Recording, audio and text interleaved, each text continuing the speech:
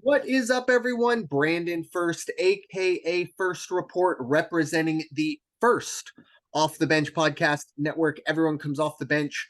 We are First. Welcome into another edition of In the Paint here on the network, where we break down everything college basketball has to offer. And of course, when I say we, I mean myself and Raider Jim Martinez. You can find Mr. Martinez at Raider Jim 1090. How you doing tonight, sir? Hey, I'm doing real well. Like I said yesterday when we talked some NFL, we're one day closer. Now we're down to what is it? 17 days, shopping days before Christmas.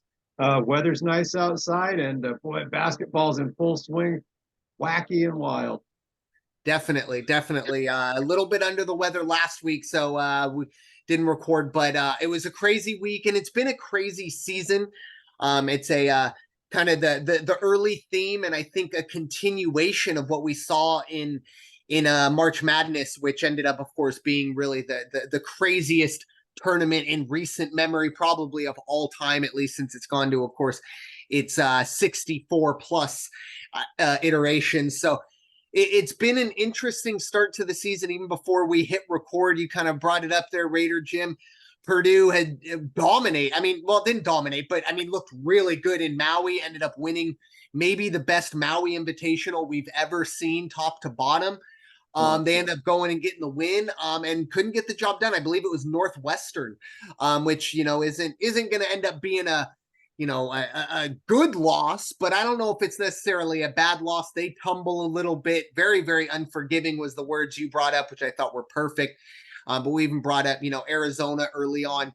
I don't know if it was an upset over Duke, but just being able to go to Cameron and get a win. Unfortunately for my San Diego State Aztecs, it seems like every time they get ranked, the minute a number goes next to their name, they just fall apart. They end up falling to Grand Canyon, who I think might turn some heads in March, but that's for another podcast. But that was a tough one, but really does kind of underscore the craziness we've seen. We are recording, and it is Pearl Harbor Day, so of course would be remiss if we don't take a moment, to remember that day. Of course, as the president said, the day that will live in infamy.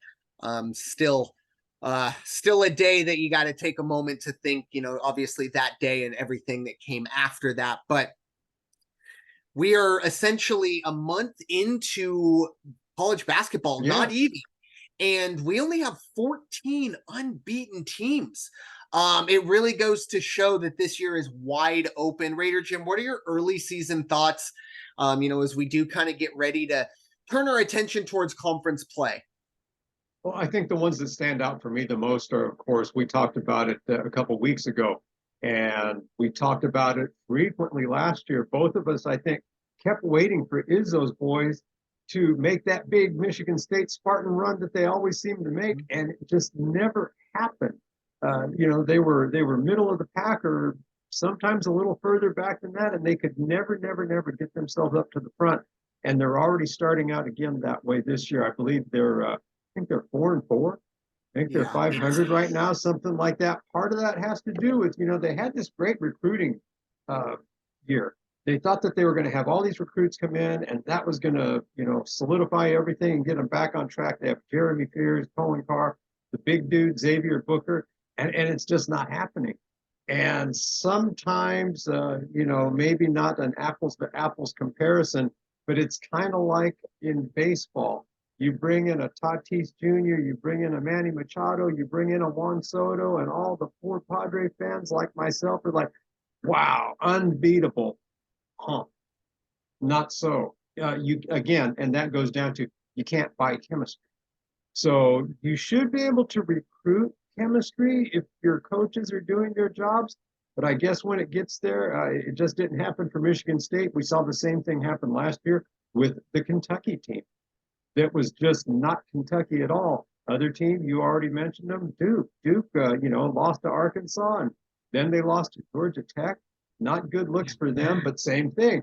They thought they had this hotshot sophomore, Tyrese Proctor, was going to come in, get out there and pair up with Kyle Filipowski, and they're there, but they're not the difference makers. and Maryland is not playing well. Villanova is kind of questionable, but Villanova is probably the strongest of the teams I'm mentioning. But again, on a lesser scale as far as the national scale goes. But guys close to my heart, the St. Mary's Gales, are still struggling. And the same thing, though, they've got a Aiden Mahaney, they've got a Mitchell Saxon, and they've got another kid out there. But boy, Randy Bennett's teams just aren't doing, or a team is not doing it right now. And I don't know why. And so again, it's early on, it's only 8 games into it. But when you take a look at the end of the first 30 days and you see St. Mary's not in the top 3, not in the top 4 of the West Coast Conference, wow, that tells you just how wacky sports can be and how wacky sports has been as we compare it maybe with the NFL schedule and what we've seen. Definitely. On Sorry. your point about the Aztecs, I had a little note to myself last week that I was going to mention because the rankings came out and the Aztecs weren't in the rankings. And oh my gosh, all over San Diego media, everybody, all my friends, oh, Aztecs are getting snubbed, Aztecs are getting this, Aztecs. Like, hey, wait, let's all hit the skids on that. I understand what you did last year, but they seldom transfer that over to the following year unless you've got a really proven pedigree, which the Aztecs do not have. And the Aztecs went out, they got beat by BYU early. They struggled against Point Loma Nazarene. They struggled real hard, and that was my comment was, you can't go out and struggle to a Point Loma Nazarene and expect that all the guys voting for everybody is going to say, wow, they're just a dynamo. And then you go out a couple nights later and you barely beat UCSD, who, by the way, that might be a team to watch. And all I could think that night was, oh, and now they got to play Grand Canyon. That's going to be the upset. And sure enough, Grand Canyon pulled it off last night. And I don't mean to talk too much about the Aztec program because I know that's going to be your thing here, but that's what I'm talking about. You can't play like that and expect to, rest on your laurels, if you will. And you can't say because we made it last year, we deserve to be. You don't deserve. You got to earn it year in and year out. Definitely, and especially considering the way they did it last year, which was through 5, 6, 7 kind of super seniors with the COVID year. A lot of those guys were 6, 7 years deep into their college careers. 28 years old. And I believe San Diego State had a older average age than Oklahoma City did the night of the championship game or one of the Final Fours. And that's that every team had that opportunity, and there were a lot of teams that took advantage. And I believe this is essentially the last year kind of that COVID plus year.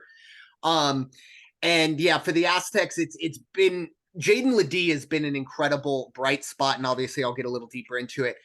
But there kind of needs to be a Robin to that Batman. But on the Villanova side, that's really been odd to me. Villanova, I think they're going to take some time before they can kind of get back to that level. When you do lose a coach like Jay Wright and things like that. But for them to essentially, they are 0-3. They've lost to Drexel and St. Joe's in the Big 5 Classic. That tournament was set up essentially to be like, hey, let's figure out who the best team in Philly is that isn't Villanova. And they ended up losing both games in that tournament. Right. And they also, I think a month earlier, well, no, it wasn't a month earlier, but a few weeks earlier, lost to Penn. And look, I'm not discounting anything the Ivy League puts out there, but if you're Villanova, you need to be beating the likes of Penn. And on that other vein, this is a team that's beat North Carolina. So I don't really know. I think this is probably a tournament team. I think you were very correct in saying that of all the teams you kind of listed that have been kind of underachieving, I do think Villanova has the best kind of outlook, if you will. But we saw what the Big East was last year. The Big East was a buzzsaw. Yeah. UConn came out of the conference and could only get a 4 seed. And obviously we saw what they did in the tournament. I don't think that changes, especially when you add in the, Rick Pitino into the mix and maybe that Providence, I know, wants to come out and maybe show some people, especially maybe a certain individual in DC, Mr. Cooley, that, hey, you know what, maybe the grass won't be greener on that side of things. But one other thing that was brought up, and I forget where I heard it, but another part of this maybe inconsistency is over the last 5 years, we've had arguably the biggest exodus of coaches, at least top-notch coaches. Coach K, Jim Boeheim, no matter what you think of him, Jim Boeheim, Jim Calhoun, Jay Wright, all kinds of, I mean, it's essentially Bill Self and John Calipari and Rick Pitino. And obviously the Randy Bennett's and the Mark Fews are there, but I'm talking about the guys that have been, the kind of the championship pedigree over the last 20 years. There's just not a whole lot left. And I think you're seeing that kind of inconsistency, not only in the play, but in the coaching as well. And obviously, I think one of the big things, and we've mentioned this numerous times, it's the transfer portal. I mean, the transfer portal is essentially a glorified free agency, especially on the football side of things. But I think we're starting to see it on the basketball side of things, to where, I mean, Absolutely. It was a surprise that Zach Edey didn't transfer, right? That's crazy. We would have never thought that 10 years ago. You don't look at a team, okay, maybe they struggled. Their best player, I mean, unless a coaching fallout or something like that. Now it's just, oh, we didn't meet expectations, I'm going to go, do this or go do that. And I do think there are positives and negatives, not trying to have that talk right now, but mainly the fact of we're seeing so much inconsistency or parity, if you will. I think because the difference between the haves and the have-nots is not nearly what it was, that we've seen the last 10 years. And I think last year's tournament really spoke to that, that we saw a lot of teams that, were afterthoughts, and all of a sudden you look up in the Final Four and you have three kind of new faces, and even UConn that's like, oh wow, we didn't expect to see you here. I love it. I personally, I think it's great, especially for the game. It will be interesting though, because everything I've seen, I still feel like some of the top dogs are still head and shoulders above. When push comes to shove, I think Kansas is going to be up there. UConn still looks really good. Oh, yeah.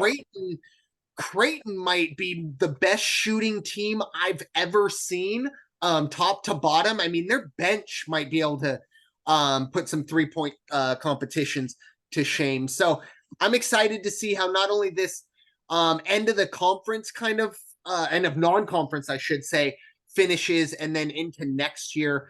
Unfortunately, the big games, we have some big games coming up, but that kind of nightly big games, we'll have to wait a little bit for that until conference play gets rolling.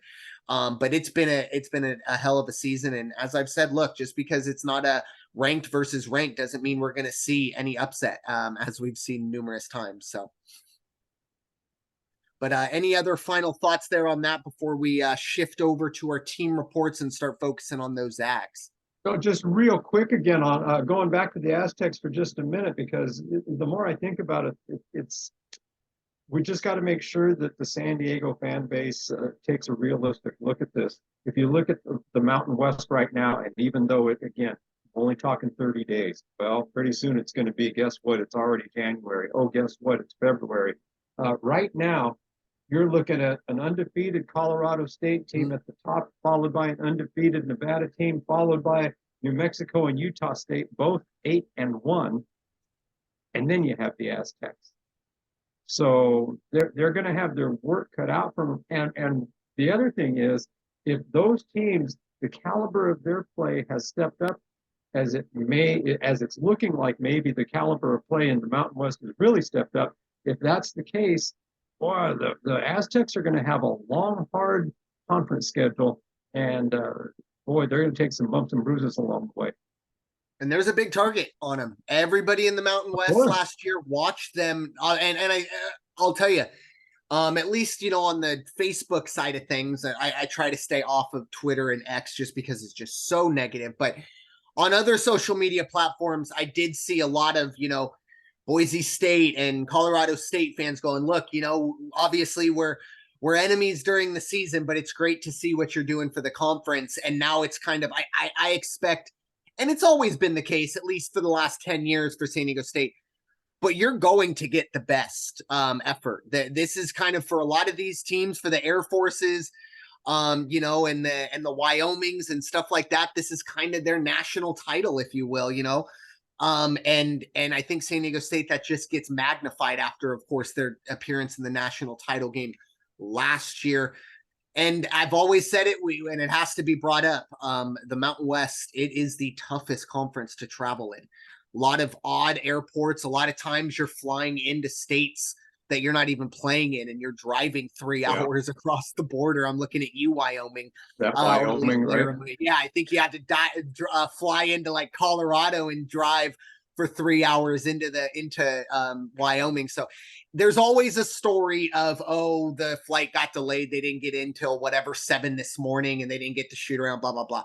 So you're going to have to deal with that as well to go along with the target that they have on their back. But Raider Jim, what's going on up there in Spokane? I will say this is it's not the normal kind of rumblings, I guess we hear. You know, Gonzaga normally, you've kind of talked about it earlier in your reports. It's not the 1, 2, or 3 that we're normally seeing, so they're not always right there in front of our faces.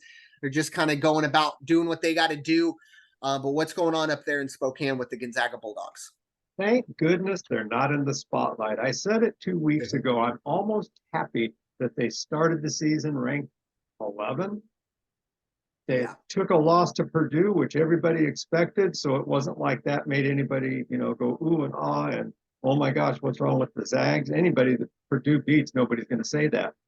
But Gonzaga now, they've still just got that one loss on the record. They are, I believe it's 7-1, 8-1 right now. They're doing just fine. They're moving up in the ranks. They cracked into the top 10. Quite honestly, it always looks good, especially the closer you get to March. But at the same time, I have a feeling Mark Few would feel the same way if you talk to him right now. I'm kind of glad we're not in the top 5. You know, you get too many people watching every move you make, and then you've got everybody's waiting. Oh, but they don't have Drew Timme. They don't have Drew Timme. What are they going to do? Well, let me tell you what they've done. They've got 5 starters that are averaging in double figures right now, led by Anton Watson. Anton Watson's just under 15 points a game, and he's also got a shooting percentage of 62%. Again, and I'll say it probably 24 times throughout the course of the NCAA season. Like I said it last year, Anton Watson plays and is a grown-ass man, and he goes out there and he plays like it. He is the leader of the Gonzaga band, and he's doing his job. And then after that, you said it, transfer portal. You even said Wyoming. That was a great segue because they got this Wyoming transfer in there, Graham Ike, averaging 13, just under 14 points a game. And you've got Nolan Hickman, the elder statesman that's returned. He's got 13 on the books on the average. Ryan Nemhart, the kid that transferred in from Creighton, he's just under 13. And 2 of the big surprises, you've got freshman Brandon Huff is averaging 12.5 points a game as a freshman. And to me, the real important part to that is he's only playing 15 minutes a game. So I can't imagine if you turn that kid loose and you say, all right, kid, you got to play 25, 30 tonight.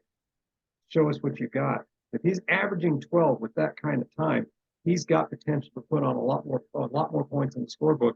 And then the other true freshman, who again, he's like this quiet kid in the back. And you know, my parents told me all along, you always watch out for that quiet kid. That's the kid that's going to hurt you. Freshman Dusty Stromer. Dusty Stromer, only averaging 7 points a game. He's averaging 4 or 5 rebounds a game. He's playing 30 minutes a game. When they played UCLA, he was the only one, or I don't think he was the only one, but he was the first freshman since Kevin Pangos years ago in the West Coast Conference tournament that played an entire game. And the kid just stamina like you wouldn't believe. And boy, and is a contributor. When he's on the floor, he makes things happen. So that tells me right there that Gonzaga's in a good place. They're playing, game by game. They just take the opponent that's in front of them and do their thing. They're not scoring a lot of points. Their 3-point percentage is off a bit. But guess what? Here's one thing they are doing. They are keeping their opponents on the last week when we would have been recording, on the average, their opponents are being held to under 5 points under their team average, including Purdue. If it wasn't for terrible 3-point shooting against Purdue in the second half, they probably would have beat those guys. But, the shots weren't going in. But they kept Purdue, this powerhouse, under their team scoring average early on. I get it. That doesn't quite count. But still, defense is going to keep Gonzaga around for a long time. And again, you're not relying on Drew Timme to lead you day in and day out, or a Chet Holmgren a couple of years back. Nope, not anymore. You got 5 guys and they're all going out there scoring double figures. And if Anton's having an off night, I guarantee you Brandon Huff, a freshman, is going to do it, or Graham Mike's going to do it. Yeah, it's a little different than what we're normally used to, like you said there, with the Gonzaga being right there at the top. But I think this fits a little better. And let's be honest, if Drew Timme was there, they probably would be top 5, or at least would have been preseason. That would have been an interesting matchup. But it's going to be a interesting run to the end there for Gonzaga. I'm just looking over the San Diego State schedule, and of course, looming here in a few weeks, right before the New Year holiday. Of course, the Aztecs going to head up to the Kennel. That is going to be a very interesting game. Aztecs really going to have to find a way in that one, in a very hostile environment. With all due respect to Grand Canyon University, if they're going to struggle in Phoenix, Spokane might be a little tough. But the UCSD crowd, I don't know if you saw any highlights from that game. I didn't. The crowd at UCSD was off the chart. They were just phenomenal the way they came out. I get it. It's a smaller arena. They're just getting used to this. Let's play some D1 ball. But you know what? They were packed. And I think that popularity is just going to grow. The other thing is, I don't know if they're doing the matchup this year. San Diego State better watch out if they have to play USD. Because for the first time in a few years, USD isn't looking too darn bad. And you know what? I'm looking over it now, and unless it doesn't look like it. They are going to finish. This will be a nice little segue into the Aztec side of things. Looking down, UC Irvine, and then I think maybe this is the local school that they swapped out, but they'll be facing St. Catherine on the 19th of December. Hosting Stanford, that'll be an interesting one. And then that December 29th game at Gonzaga. But yeah, no city series or the city rivalry. That's an interesting one. Seems like an easy get for the Aztecs and Toreros, but not this year apparently. So maybe that was by design. Maybe the Aztecs saw USD. Hey, you know what? Maybe we don't want to deal with Lavin and the boys. Maybe St. Catherine's a better opportunity. But since the last time we spoke on the Aztec side of things, obviously it talked about the Grand Canyon loss, but before that, very impressive performance when they went up to Moraga. Got a 25-point victory over St. Mary's, 79-54, and then had a really nice run in that was not in Moraga. We got that one mixed up. That was in Vegas. It was in the believe it was the tournament or the Champions tournament, something like that. But they end up getting the job done in that one. They actually beat Washington in overtime, score 100 points. That was pretty crazy. It's been a long time since we saw the Aztecs get to triple digits. They took down the Huskies of Washington. And then another Pac-12 win where they took down California on the day after Black Friday. And then, as Raider Jim alluded to, back-to-back wins over Point Loma Nazarene, a local school around here, and a 1-point nail-biter over UCSD before they did fall to Grand Canyon. Obviously, alluded to it earlier, Jaden Ledee has been on fire. He's been really, really good. He's shooting over 50%, 56% to be exact. And it was interesting because, they haven't seen a ton of Jaden Ledee, at least on a starting side until this year. He's been more of a sixth man, kind of coming off the bench last year. And I don't remember him being really a 3-point threat, and I wouldn't categorize him as a 3-point threat, but he came into this year, hadn't made a single 3-pointer in his college career. This is a kid who started at Ohio State, spent 2 years at TCU, and is finishing things up here at the with the Aztecs. Was 0 for 16 coming into the to this season. He's 7 for 18 from behind the arc this year. So I do like that he's obviously working on that part of his game. He's a 6'9" senior, so that length will definitely play if he does get the opportunity at the next level. But he's averaging a double-double, 22 and 10. And it's been really, really impressive. Unfortunately for him, there really hasn't been anybody else that's been kind of able to step up. You can go back to the Grand Canyon game. You get 11 from Reese Waters and 10 from Micah Parrish. Those guys combined for 65 minutes, and you can only get 21 points. And then look at other guys. Nobody else was in the 30s in terms of the minutes, but nobody else got into double figures points-wise. Actually, excuse me, I take that back. Darian Trammell actually had a really good game, only playing 20 minutes, but only putting in 11 points. I just think the Aztecs are going to need to kind of find either you get 8 to 12 from 7 or 8 other players with this rotation that they're running, or you're going to have to find, a Trammell. I've been hoping that Trammell, maybe not so much the scoring side of things, but at the very least, passing the ball. This is a guy who only had 1 assist against Grand Canyon. And I hate to kind of, harp on the Grand Canyon side of things, but we're getting ready. Raider Jimmy alluded to it. This Mountain West might be the best Mountain West we've seen, at least early on. Non-conference wise, this is probably the best we've seen top to bottom going forward. And I think for the Aztecs, especially as they finish up this non-conference run, with all due respect to St. Catherine's, I think overall you can kind of sit back and say, okay, the Aztecs will feel just fine against them, but excuse me, Stanford's going to be a test. All Pac-12 schools are. And then obviously, as I talked about, Gonzaga, that is well down the road. But if you do want to kind of be taken seriously at the national level, the Aztecs are going to have to go into Spokane and at the very least put a good foot forward, because that's going to be a game late in the year, late in the non-conference year, I should say, that's going to have a lot of eyes on it. And I can't wait for that one personally. But I think it's good that the Aztecs, I think we got 22 days. It's the 29th of December.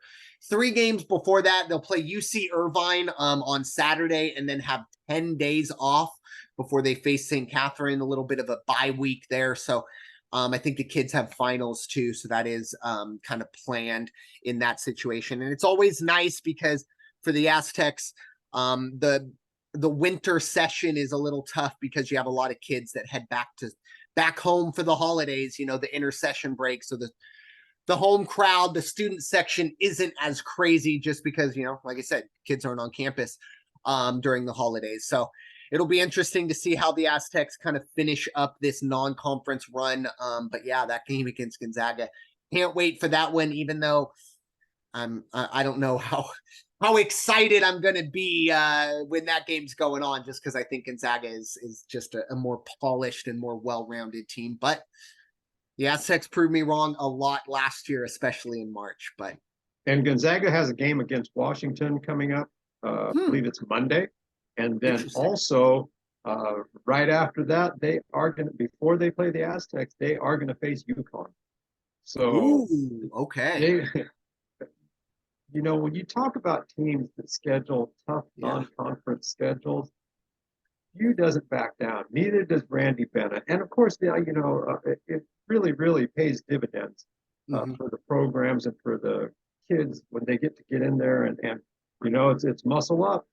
It's muscle up and show everybody what you can do and talk about confidence builders. So we'll see how they're doing by the time the 29th rolls around. But I know he's got to play one game at a time, like I said. But I hope the Aztecs really can get their stuff together and put it together, because it's going to be a tough conference season for them.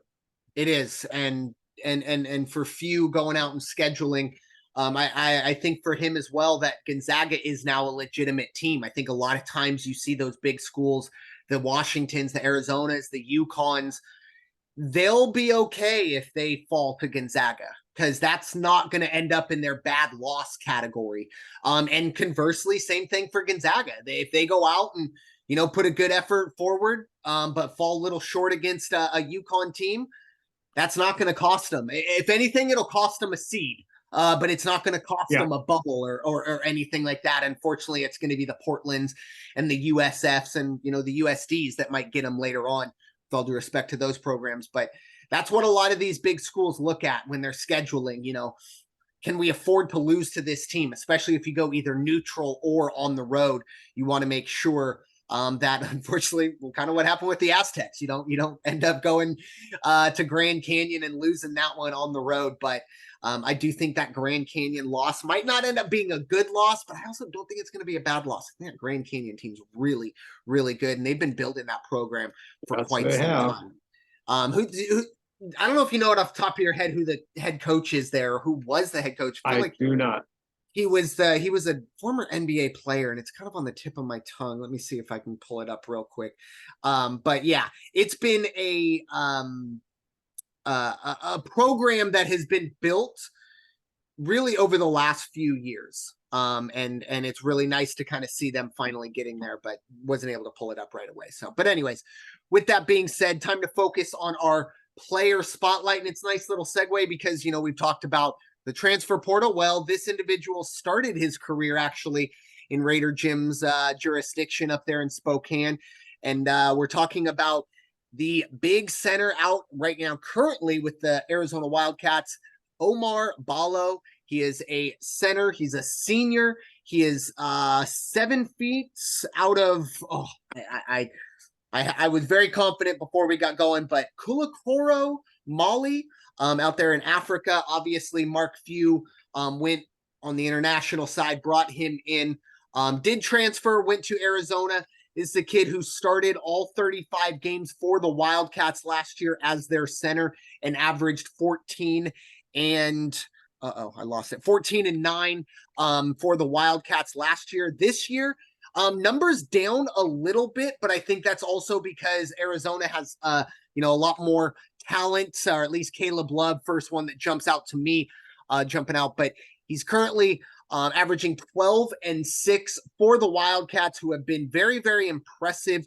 this season. He's always shot over 60%, which you would kind of expect for a guy who is 7 feet. A lot of his baskets are going to come right around the basket. Never shot a 3 in his career, so I'm not even going to go there. But shooting 65.5% this year, averaging 20 minutes a game. I think those numbers start to bump up later in the year. I think right now Tommy Lloyd can probably play a little deeper bench before we get into Pac-12 play. But Raider Jim, you actually obviously saw Omar, from the beginning, or at least in his freshman year. Thoughts on our player spotlight, Omar Ballo? Let me tell you, Omar Ballo, a favorite of mine, a favorite of my family when we used to watch the Zags together.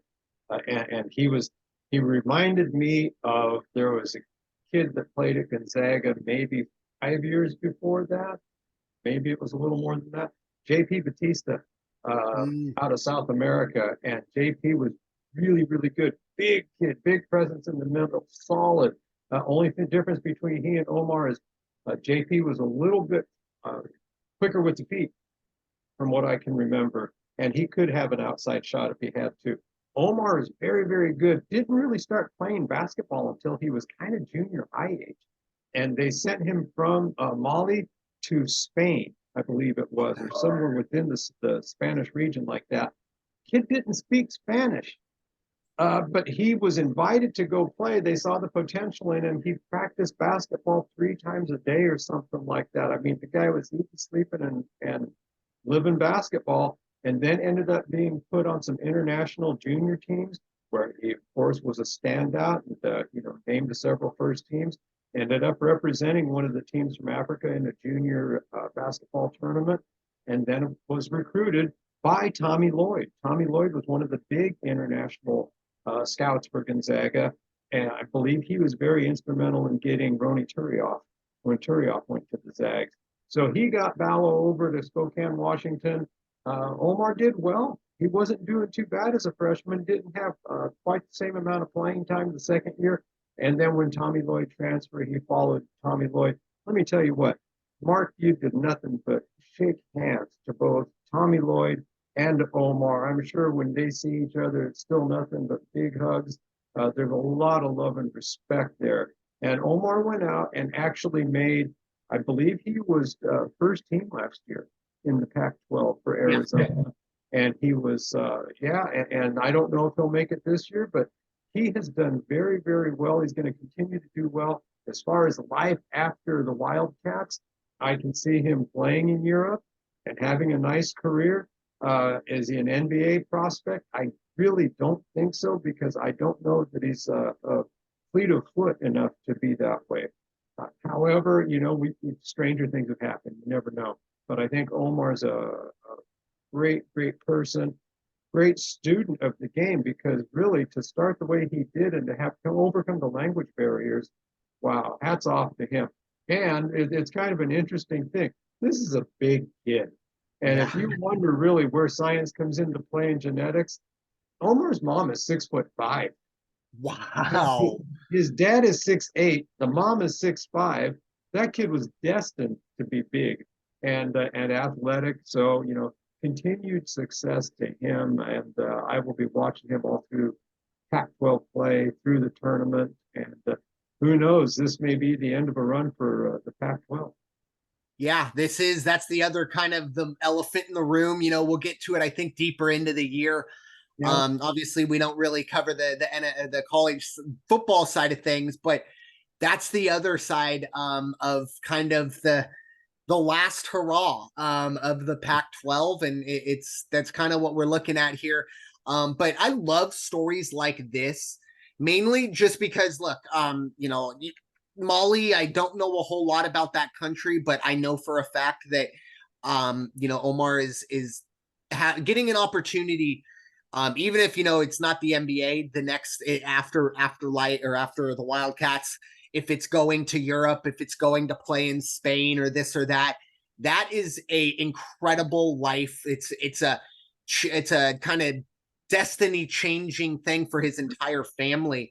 And for all the hard work, you kind of said the language barrier. There's probably two language barriers, because he probably had to learn Spanish, and then he had to get pretty well acquainted with English. And I don't know, maybe that's what's spoken in Mali, but I feel like that might be a French country, or at least a country that has a lot of French, fingerprints on it, kind of like the Ivory Coast and things like that. But just for him to kind of battle and probably overcame a lot that not only will we, not hear about, we'll never hear about, and a very strong kid. And those are the type of players, give me 12 of them before, 12, with all due respect to the Bronny Jameses or the OJ Mayos or the number one prospects that, have been AAU, this and that since birth, blah, blah, blah. I want the kid that, had to show up every single day, prove himself, and really work for all of that. And you brought up the genetics. Goodness gracious. At first I was going to say, hope mom's okay. I got to imagine, a 7-footer, you're coming out pretty big. But at 6'5", I mean, you're in the top 10% of, female specimens. Absolutely. At 6'5". So definitely destined to play. And I think this is also great. We're seeing a lot, and it's been, I mean, shoot, all the way, even you want to go back to the Bowl or to the Manute Bowl or the Dikembe Mutombo, but the prevalence of basketball in Africa. Obviously, we're seeing that, Serge Ibaka and countless others coming over. I think it's great. It's a great opportunity for them to come and showcase their talents and enrich, their lives, and hopefully take it back to Africa and enrich their communities as well. But just fantastic story. And like I said, I'm going to try and focus this year on the player spotlights, and we will cover the big names, we'll get to that as well. But some of these other players that you're not going to hear about on draft night, or you're not going to hear about on All-American Talk or this or that, some of the kind of unsung heroes, some of the better stories that we have in all of basketball, and Omar Ballo definitely checks that box. So keeping an eye on him going forward. And plus, he's a senior. We don't see too many seniors running around anymore at the collegiate level. So, but final bit of final segment we'll be getting to here, the upcoming games to watch. Normally we have a nice little smorgasbord of all weekly games going on this night, that night. Unfortunately, this week, for the most part, you're just going to have to kind of focus on Saturday to see to see some of those kind of sexy matchups on paper. But yeah, it will be Saturday, and that's December 9th to be exact. Starting off, we got a number 20 Illinois at number 17 Tennessee. And then going north of the border, Bama will be facing number 4 Purdue. That'll be in Toronto.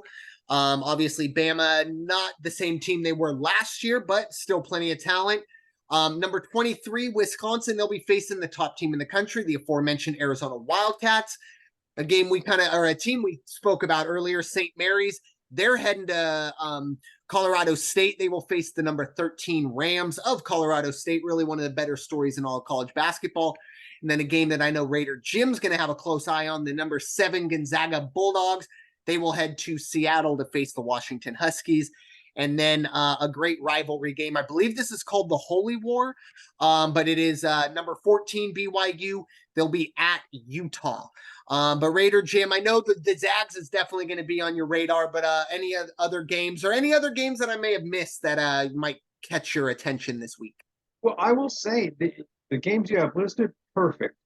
BYU, talk about a surprise. Yeah. That is a team that, I mean, where we look at Michigan State, we look at Maryland, we look at the St. Mary's and go, oh my gosh, what's happening? They're just not playing up to the normal standard. BYU is playing outside of themselves. They are playing so much better than they did last year already, and watch out for them. They're going to be around this season, and that's interesting. That's going to be very interesting to watch. St. Mary's in Colorado. Wow, I like those West Coast Conference teams, but what a statement it's going to be if Colorado State goes up there and takes care of business. 2 statements. Statement for Colorado State, of course, to remain undefeated, but a statement for St. Mary's that, wow, you guys dropped 2. You guys dropped 2 to these guys from the Mountain West. That's it's not going to be a good look for them. Wisconsin against number 1. Now, Wisconsin's kind of still riding high because, they cracked the top 25, but they took out Shaka Smart and the boys for the big battle of Wisconsin over in Madison the other day. And Shaka's boys came back and they rebounded to, they beat Texas after that. So they got themselves back on track. But Wisconsin played well.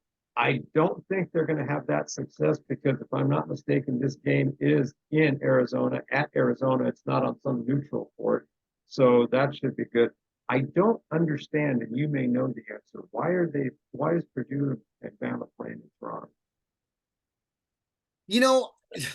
I think for me, it's always money. That's just kind of my go-to. And it's interesting because this is, as far as I know now, I know obviously we've gone to the Bahamas. We've gone to, I guess the Virgin Islands is still the United States technically, but this is the first time that I've seen, a full on, trip up north. And it's kind of odd that it's Alabama going. I don't know. I feel like maybe a Purdue or even, a Marquette matchup, 2 northern teams. Yes. I don't know. Yes. It's kind of odd. But I don't know. Who knows? And is Zach Edey? Maybe Zach Edey's Canadian. Edey's maybe a bit of a Canadian. I don't know. I'm kind of grasping at straws there. I always just kind of default. Oh, the money was up there. And that's kind of the way to go. It's similar to a bit of the reason why, I think Notre Dame and Navy play in Dublin. And it's like, okay, go get that money. I don't think anybody in Dublin cares about the Notre Dame Fighting Irish other than the fact that their name is the Fighting Irish. But okay, that works too. But who knows? So I think that's just maybe a bit of a money grab for 2 schools that probably don't need to be grabbing money. But it's an interesting matchup. I think Purdue, obviously, the favorite there. I'm very intrigued by what we could see out of Wisconsin because I was impressed with them. A lot of people out here on the West Coast don't really understand. Wisconsin Marquette is one of the more premier rivalries in college basketball, especially in Wisconsin. It's a huge rivalry there. So they got a big win. I didn't think Wisconsin had a chance against a really good Marquette team. But this might be a different test for them. I think Arizona is one of the 5 teams, with the UConns and the Kansases that are really the teams you have to keep an eye on and have to really take seriously.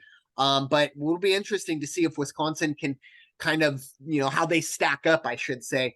And sticking in the Big Ten, I'm interested. Illinois has been a team that I've been kind of expecting more from over the last 3 or 4 years.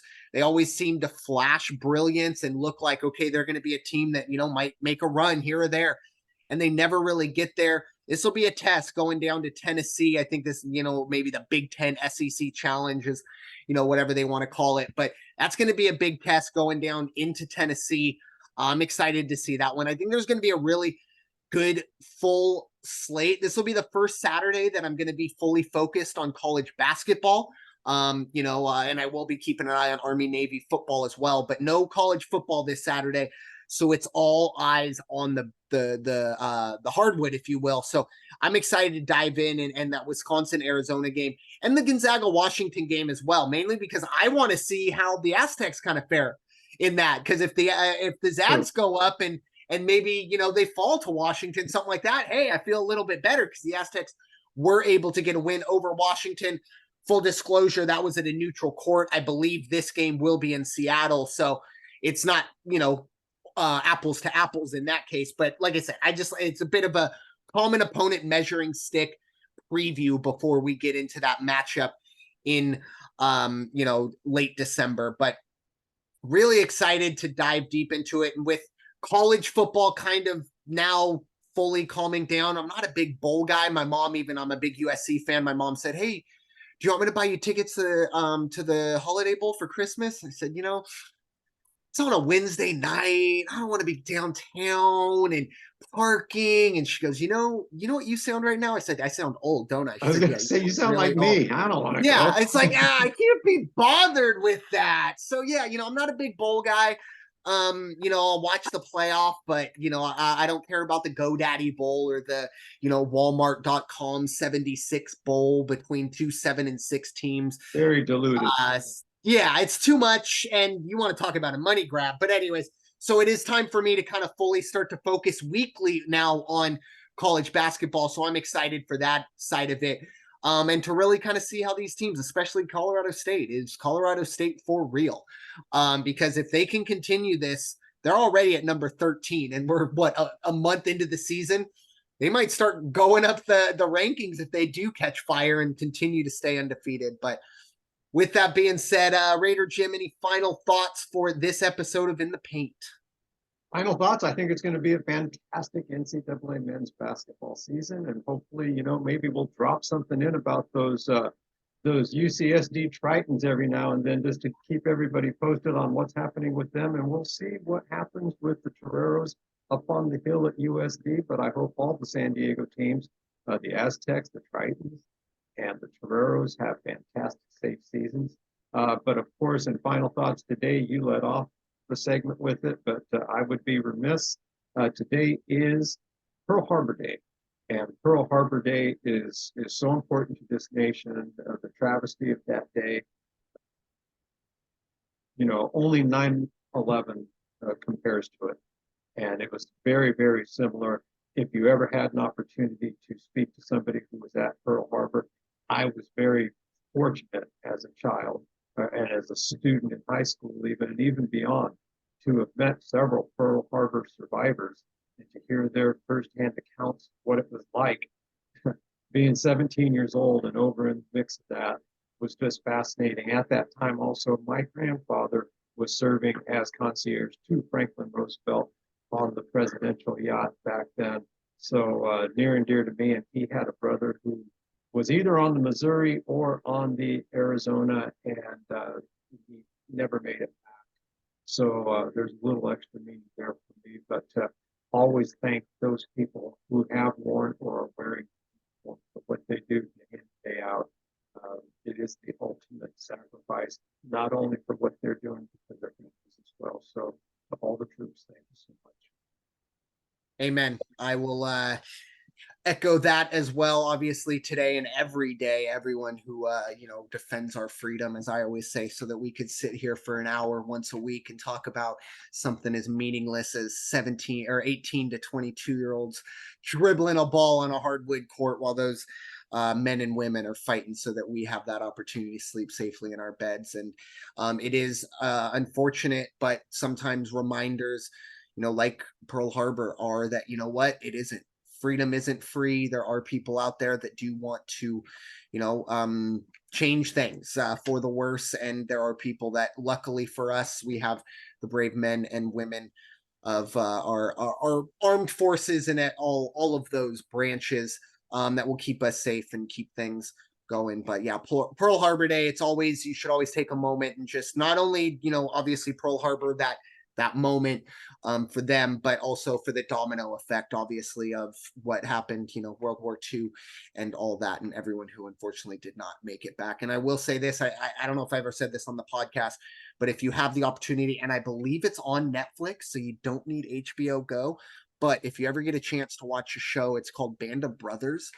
I can't speak highly enough of that. Every historian and all that stuff has said that is the quintessential Hollywood. They're going to take some liberties, no doubt, but that is the one they point at and say, if you want to get an idea of what it was like to be in Europe during those times, check that out. It's fantastic series. There's also a series called The Pacific. Band of Brothers for me is always number one. Pacific was really good as well. So I always take moments and that you see stories like that or hear stories, just realize how the privileged lives that we live. Thanks to those We men. paid for our freedom. Amen. So that we can sit here and just kind of get ready to watch a football game that, none of us really want to watch. But anyways, with that being said, thank you all so much for listening to this episode of the In the Paint podcast presented by the First Off the Bench podcast network.